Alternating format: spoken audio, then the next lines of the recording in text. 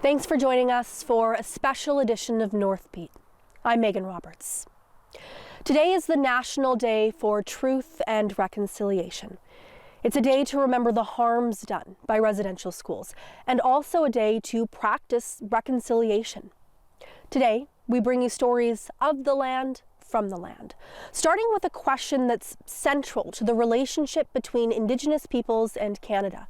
Who governs the nations that were here first? It's a question the people of Colville Lake are still negotiating an answer to.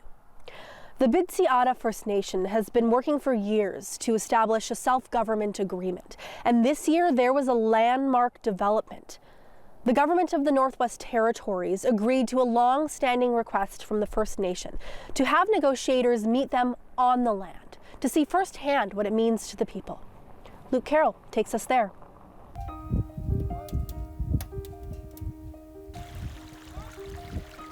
When we're out here, we're just part of the land.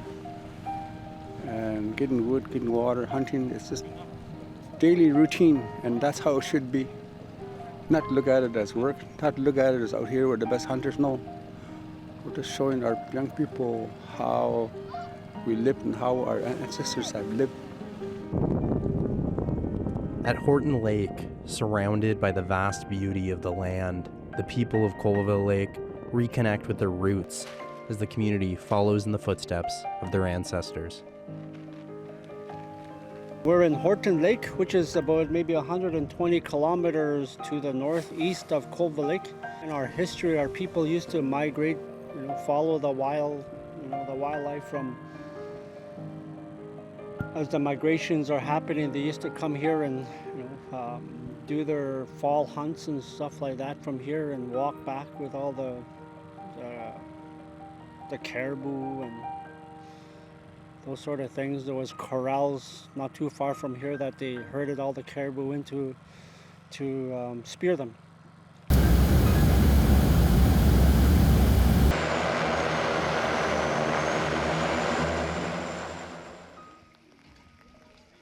In early September, nearly the entire community of Colville Lake packed up their gear to spend time on the land. We've been coming here for about maybe 30 years, give or take, I guess, and just steadily learning. As we keep on thinking to ourselves that, what if everything stops? We need to make sure that we're able to survive without having all the outside support. This Horton Lake is a very good fish lake too, healthy. White fish, big ones, and big trout on there too. So.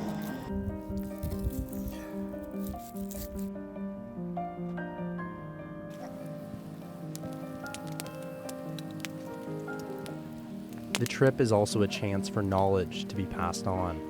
We're gonna go for a walk down this way, look for some ptarmigan, and blast it up and Eat it. We're kind of showing the school kids all this. They come here with us and they experience all this on the land.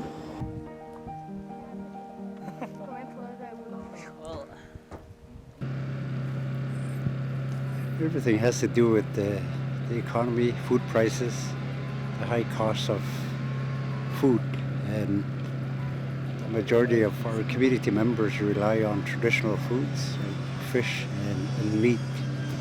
And this is not only just for the hunting, it's for families to reconnect with their children.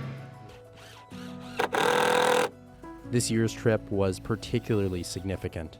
For more than a decade, as the Bidsi-Ada First Nation has been negotiating self-government, they've urged the NWT government and Canada to meet them on the land to discuss. And for the first time, that challenge was accepted. We've been asking both Canada and GNWT that we have to meet somewhere where you'll see our people working every day.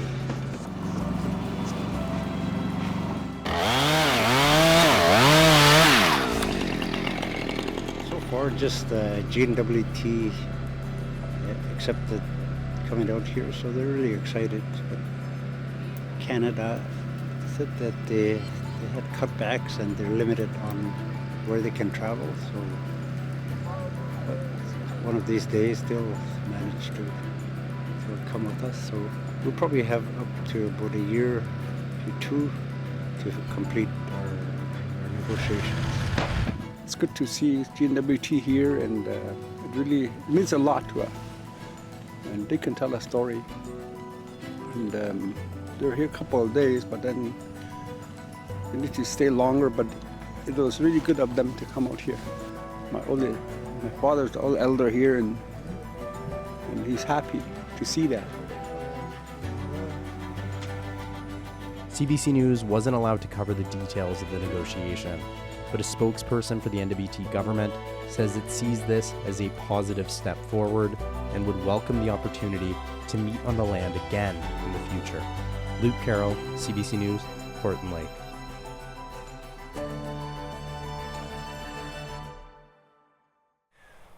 When you live off the land, you need to trust your environment. Your health and livelihood are tied to it. This year in the Yukon, there was a major breach of that trust. A failure at the Eagle gold mine sent 300 million liters of cyanide solution into the environment. That spill set off a series of events in quick succession, ending in the mine's owner shuttering the company and the mine itself going into receivership. Left behind are the people who need that land to live. I kind of grew up on the McQuestion watershed. Well, every fall we would be canoeing or boating down that river, and we would hunt moose all the time, and we would also fish. Spirit. Nice. Well, this directly affects me from not being able to hunt in that area. Well, I can't say not be able to hunt, but not having good confidence that the meat that I provide is going to be safe, you know. And I can't share it because I don't want to give meat that people could potentially get sick. Now, although cyanide doesn't bioaccumulate, all the byproducts do, and it builds up in a moose. Like let's say moose are starting to eat that, then 10 years from now or 20 years from now, it may show up, and our kids, if you know, our young people, they have kids, who knows what's gonna happen. My heart is crying, I guess. It's crying for the land, it's crying for the wildlife and the plants. They're gonna be sick. We eat them, so it's just, I don't know how to describe it. It's like, how do you describe love? It hurts. We're looking out over the McQuestion River. We're about 130 kilometers from Victoria Gold mine site here. We are the first people living downstream from Victoria Gold, and I am feeling a mix of emotions, a real mix of emotions. I'm feeling frustrated with not understanding what's going on. I'm feeling angry at myself for letting it happen, although I know it's not my responsibility. I'm feeling angry with the government. I'm feeling angry with the mine. I'm feeling afraid for the environment.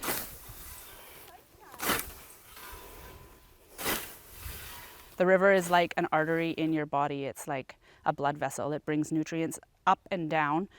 The vast majority flow downstream from above based on gravity.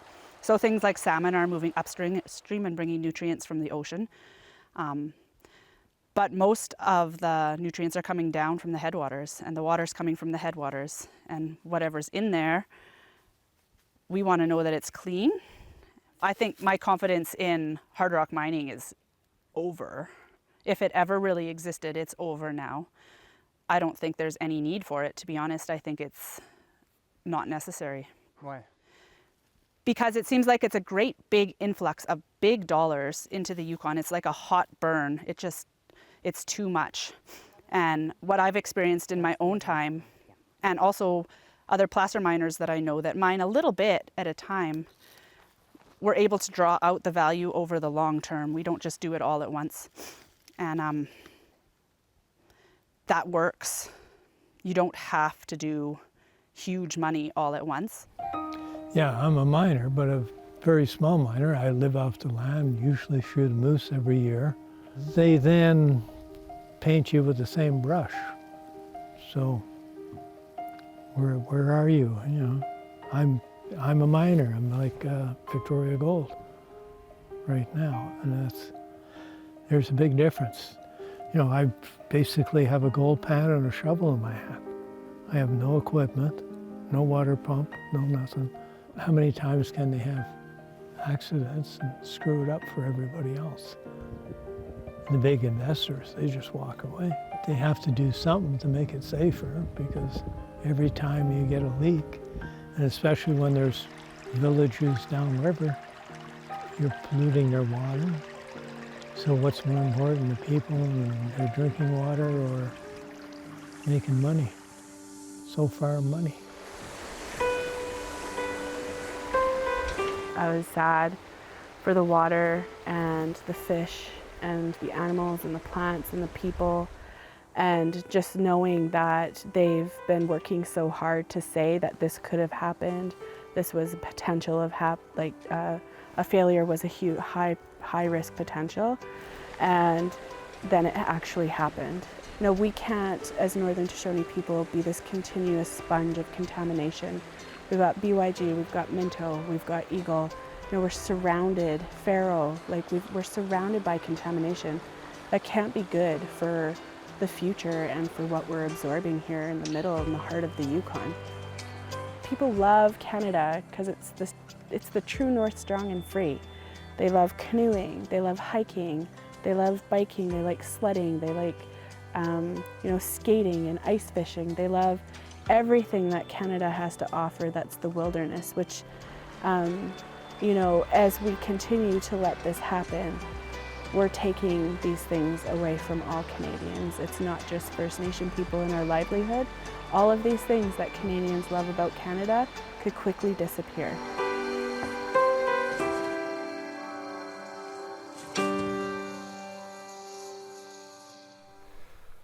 A troubling disappearance has been plaguing the Yukon River for years now.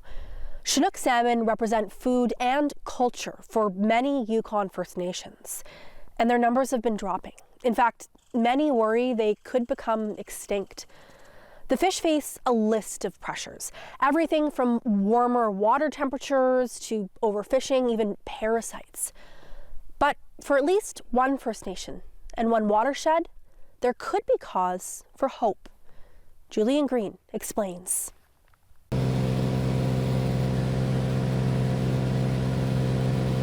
The meandering Yukon River and the tributaries that flow from it, part of the salmon's roughly 3,200 kilometer journey from the Bering Sea through Alaska all the way to southern Yukon. We're heading to Michi Creek, the easiest way to access the watershed by float plane.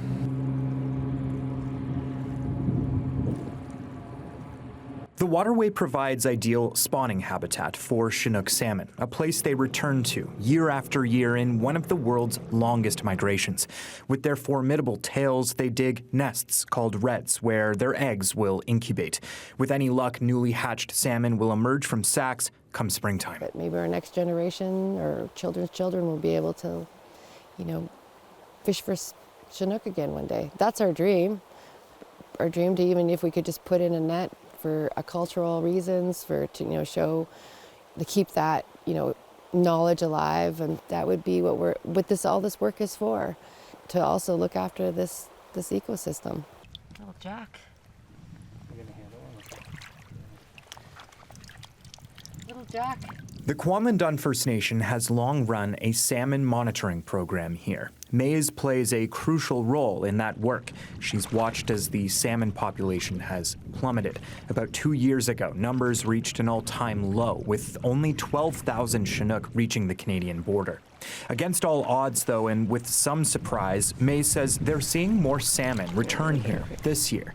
They've counted 86 adult fish, up from 22 the year before. Like right now, we're seeing all this bear activity. Last year, the few years, we didn't see the bear activity. You didn't see as many eagles or as many kingfishers, and that's what comes back. When the salmon come back, the animals come back, and that's what feeds this land and makes it so healthy. So salmon are really, really important to this system and to the Yukon. Earlier this year, Canada and the state of Alaska struck an agreement that bans Chinook fishing in the Yukon River Basin.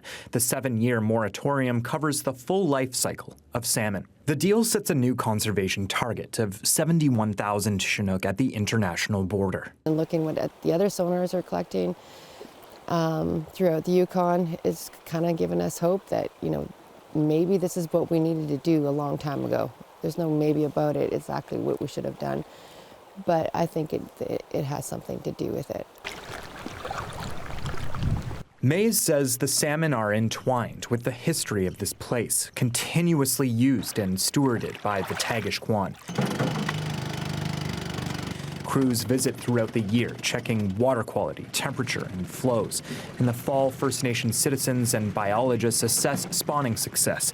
They record their weight, age, and length of their carcasses. In other words, they're here to get a sense of how the salmon lived as they come here to die. The data will eventually be shared with partners like the federal government. Lars Jessup is a Whitehorse-based biologist. For the last decade, he's been helping Kwanlin Dun with its monitoring program. He says the fish are showing they're resilient, even the younger fish. They're big, they're healthy, they're growing similar to the way they've always grown in the past. A lot of people are feeling the pressure because there's no salmon, but the relationships that are forged through this crisis, whether with the Alaskans and the Canadians and fishermen and biologists and First Nations, that will be a lasting legacy. There's a lot of optimism there.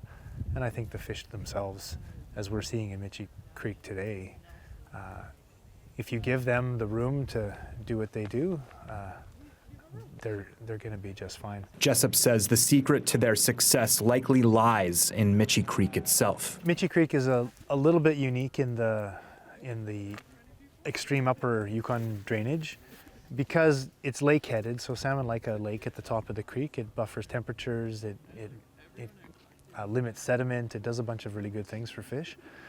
So they really like a lake-headed system, and this is a nice lake-headed system with a long creek with really good spawning gravel. Dennis Zimmerman chairs the Yukon Salmon Subcommittee. He says the monitoring program at this creek should be applied to the entire watershed. We need collaboration across the board, and that's what it's going to take to, again, give the Chinook space to do their work. We have a real opportunity to restore these runs. So this is sort of proof that it can be done. Mays says the problems affecting salmon and spawning grounds are complex, but the way to save them is simple. Protect the creek, protect the salmon. She says the waterway should be off limits to mineral staking, development of any kind, people driven by greed. That's my dream. And as long as I'm around, and I know my citizens would want the same thing, we'll fight for that right till the very end.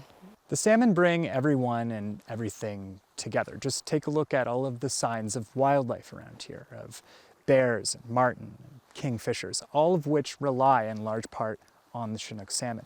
The people who are doing work in this area say it'll take years for the run to rebound, but one of the very first places that rebound will be seen is right here at Mitchie Creek. Julian Green, CBC News, Mitchie Creek. Another ecosystem that's rebounding lies in the Northwest Territories. A big reforestation project is unfolding on Cleachon lands. 1 million trees are being planted around Betchikal in the coming years. The federal government is chipping in half the money for the project, and finding the other half of that money is just one of the challenges the project faces.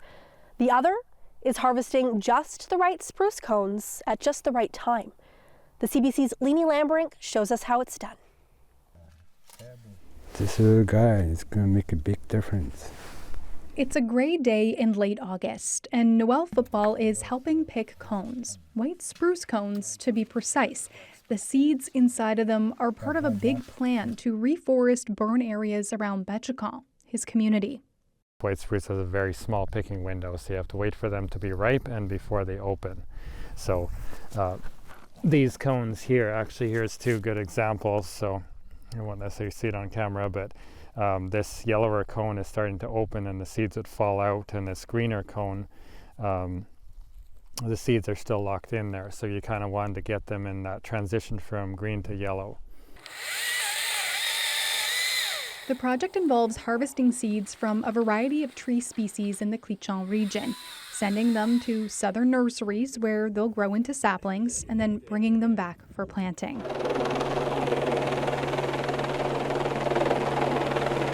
This funky contraption is part of that process. A helicopter pilot is maneuvering it to get cones clustered at the top of very tall white spruce trees. Maren Holtz is using a drone to spot the trees from the ground below. And these things are hard to find. And is then trying to indicate to the chopper where they are.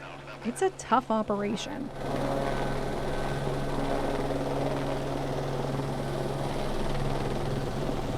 There's something wrong with the machine. It's not spinning anymore.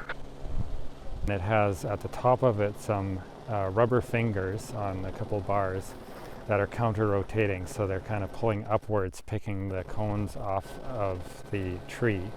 And then he flies to the staging area we have here, and a couple people on the ground open the sides of the cone rake and pull the branches out. And then after that, we're just sitting in the branches and picking the cones themselves off of the branches. And I think I hear him coming back in again. The Clichan government's Director of Lands Protection says it's an ambitious project. It's expected to create jobs, bring people out on the land, protect Betchakon from fire, and restore habitat for the boreal caribou, a threatened species in the NWT that eats lichen throughout the year.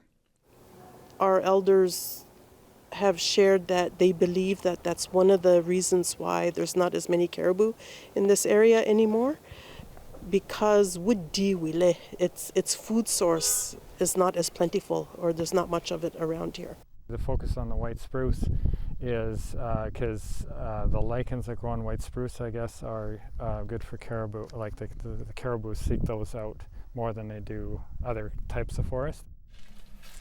Football, who's helping sort the cones, he said he agreed to help, specifically for the caribou. I like caribou. I grew up with caribou. Actually, without it, it's our food, it's our lifeline. It's that we use those caribou hide for drums, clothing. Like, we don't leave nothing behind. For others, the importance lies in what it could mean for young people. Joe McKenzie is a Clichan elder who was asked for his input on the planting project. He worries about alcohol and drug abuse in his community and sees a relationship with the natural world as a solution. He hopes young people working on this project are led to have the same kind of connection he has with the land. I wasn't really sure about it, about transplanting, because the elders of the past would have just liked natural regeneration. And then I thought about more. A lot of people went trapping, so I went trapping with my father too. And usually a good stand of spruce trees will have marten and other fur-bearing animals. So that way I was in favor of it, to do that. McKenzie hopes the trees will bring back more than just those animals, that they'll bring back jobs for young people too, and show them how the land, the water, and the animals are all connected, how they work together. McKenzie doesn't see the tree planting effort as an act of reconciliation, but Steinwand Deschambault does. When the federal government or the territorial government are willing to contribute anything to help, for us as Clinchon people, language, culture, and way of life is our everything. So if they're willing to contribute anything to help in those areas, that's a big plus and a big positive. She also sees planting 1 million trees around Betchakon as part of a reciprocal relationship, one shared by Mother Earth and the Clichan people. There's times where maybe our land's tired and needs a bit of a break, but this is where we can come in and say, we're here to help you. You know, you've sustained us for many years. Now it's our turn. The Cleachon government signed an agreement with Tree Canada and Let's Plant Trees last year to make all of this happen. Tree Canada expects it's going to cost about $5 million, and they're looking for sponsors to cover half of that. They've raised about $300,000 so far. The next step, now that the seeds from all the trees have been collected, is to grow them into saplings. Those saplings will be planted around Betchicon over the next 2 years. The Cleachon government expects this is going to create about 20 full-time jobs and another 150 that are part-time. But as Steinwan Deschambault says, it's not just about what it means for the people. It's about helping Mother Nature as well. Leanie Lambrink, CBC News, Yellowknife. And that brings us to the end of this special edition of Northbeat. Masi, Koyenami, Shonithon for joining us on the National Day for Truth and Reconciliation. I'm Megan Roberts.